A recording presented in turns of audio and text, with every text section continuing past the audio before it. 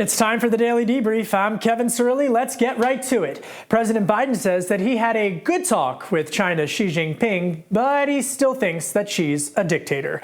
The leaders of the world's two largest economies talked it out on the sidelines of the APEC Summit.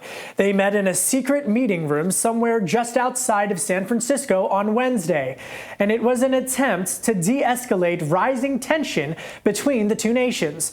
Biden and Xi, they hadn't seen each other in a year, and they had a lot to catch up on, like getting a commitment from China to restore military communications to prevent a war, and stopping the flow of Chinese fentanyl into the United States, and safeguarding U.S. intellectual property while working with China to protect Mother Earth. Well, look, he is. I mean, he's a dictator in the sense that he is the guy who runs a country that is a communist country that's based on a form of government totally different than ours. And you heard it right there. When asked point blank whether or not Xi Jinping is a dictator, Biden said that he is. And Xi isn't just meeting with Biden. He's also been meeting with tech and business leaders, trying to get them to throw a buck or a few billion back to Beijing. But is investing in China risky business? Let's bring in Congresswoman Ashley Hinson. She is a Republican from Iowa and a member of the bipartisan House Select Committee on China. Congresswoman, thanks for joining us. So sum up the Biden-Xi summit in one word. Yeah. Well, I think I would say I'm hopeful. But I believe it when I see it, is kind of my takeaway here. I was disappointed in the agreement right off the top before they even sat down about fentanyl, because I think we shouldn't be appeasing a communist dictator on any of these empty promises. They made the agreement to, lift sanctions on what has been classified as a human rights abusing organization in China. So I was disappointed to see that. And while I do think it's really important that we continue to open our lines of communication, and specifically military lines of communication, I don't think we should do that with weakness and with appeasement. We need to show strength, and we need to see some accountability from the Chinese Communist Party. All right, Congresswoman, on the issue of fentanyl, what is an agreement that you would like? What should the United States do? Yeah. Well, unfortunately, what we've continued to see out of the Chinese Communist Party is they work around every agreement that they make. I think that when the Trump administration established the agreement to schedule fentanyl in China, all they then started doing was sending those precursors to Mexico so that the cartels could then assemble the drug. So we need, again, real accountability and a real commitment to stick to their word. But again, that's not something that I think President Xi really brought to the table in his conversation with President Biden. Should these CEOs who are meeting with Xi, should they be doing business with China? I think if they are doing business with China, they need to go in eyes wide open here.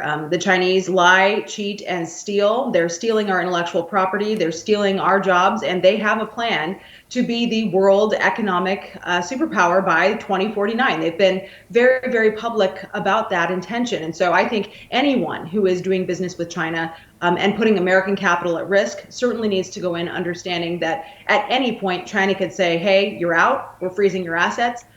They could, on the face, be a willing partner, but I think we also need to be clear that they are using American dollars to enrich themselves, enrich their technology, enrich their military, which then they will use against us. Congresswoman, that's their economic ambition, but on their military ambition, what should the United States' red line be? Should the U.S. send troops if they invade Taiwan? Yeah.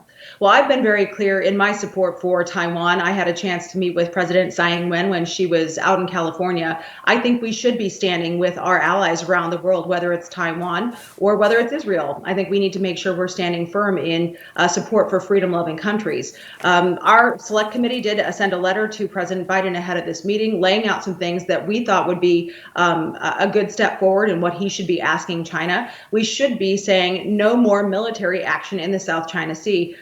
They have been very aggressive and I think have crossed that line several times, not just with the Taiwanese military, but with ours as well. All right. The other day on the House floor, Congressman Chip Roy, he said that Republicans in Congress don't do anything. I want your reaction on the other side. Yeah. Well, let's play it. Okay. One thing. I want my Republican colleagues to give me one thing, one, that I can go campaign on and say we did. One. Anybody sitting in the complex, if you want to come down to the floor and come explain to me one material, meaningful, significant thing the Republican majority has done besides, well, I guess it's not as bad as the Democrats. Because that reminds me of the line from Patton when he said, well, you won't have to say, well, I was shoveling crap in Louisiana. Congresswoman, I mean, your reaction. Yeah. Well, I think my colleague from Texas, while I appreciate his passion, I think he's flat out wrong. I think Republicans have been doing our jobs this year and laying out our progress from the commitment to America. We've passed great energy policy. We've passed policies to secure our southern border. We have changed the way the House of Representatives functions. We're not going to see a giant Christmas tree omnibus bill this year with billions and billions of dollars that are kind of unchecked and have to be voted on in the dark of night. We are changing the way Washington works while still holding the Biden administration accountable. Governing in divided government is hard. You don't get everything you want, but I am very clear to my constituents that I'm one of 435 House representatives. It's my job to go and get the best deal possible, but I'm going to stick to my principles. And again, accountability and oversight is incredibly important. And as a House appropriator, I think we've really done a good job of doing that. Everybody in Washington's going to Iowa in January to see the Iowa caucus. Who do you want? Well, I am having fun with meeting every candidate. I think it's really. Come on, who are you backing, Congresswoman? I am not endorsing in this challenge. I think it's really important for Iowa's first in the nation status to make sure we are welcoming every single candidate and their ideas to our great state. Iowa picks presidents. We do a great job of asking those incredibly tough questions. And trust me, Kevin, I've been on the receiving end of many of a town hall in every county that I represent. And so I am staying neutral because I think that's so important for the process here. All right. Well, go to Zombie Burger if you're in Des Moines. That's a great place to get a bite. All right. Thank you to Congresswoman Hinson. I appreciate you coming on the Daily Debrief. Appreciate that. And switching gears, several Democratic lawmakers had to be evacuated from the Democratic National Committee headquarters in Washington on Wednesday. The illegal protest turned violent between Capitol Police and hundreds of protesters outside of the DNC. The group is calling for a ceasefire in the Israel-Hamas war. Police also put the Capitol on lockdown and were told that House Minority Leader Hakeem Jeffries and others were inside attending a reception. Protesters tried to block the DNC's exits with dumpsters and a bike rack, and they pepper sprayed officers. Capitol Police said that 6 officers were injured during the protests, and they made one arrest. Meanwhile, it appears Israel's ground invasion in Gaza is about to expand in the south. Palestinians say that they've been ordered to evacuate. The latest move comes after Israeli forces raided a hospital searching for members of the terrorist organization Hamas. Israel claims that weapons were found, but the world is still waiting for independent confirmation. And here on the Hill, the government will keep chugging along after the Senate gave their blessing to the House's stopgap spending bill. Senators voted Wednesday night to pass the measure, with 87 supporting and 11 against. The bill keeps the government funded at current levels while a long-term package is still being negotiated. I have good news for the American people. This Friday night, there will be no government shutdown. Because of bipartisan cooperation, we are keeping the government open without any poison pills or harmful cuts to vital programs. A great outcome for the American people. Can we have order, please? So what was left out of the bill? Aid to Israel, Ukraine, and humanitarian funding for Palestinians, and a lot of other pork. But developing right now, a House ethics panel says it has found substantial evidence that New York Republican Congressman George Santos violated federal law. Santos says that he will not seek re-election, but joining me now exclusively with the first reaction is Santos's former communications director, Naysa Woomer. Naysa, should George Santos resign today? Hi, Kevin. Thanks for having me.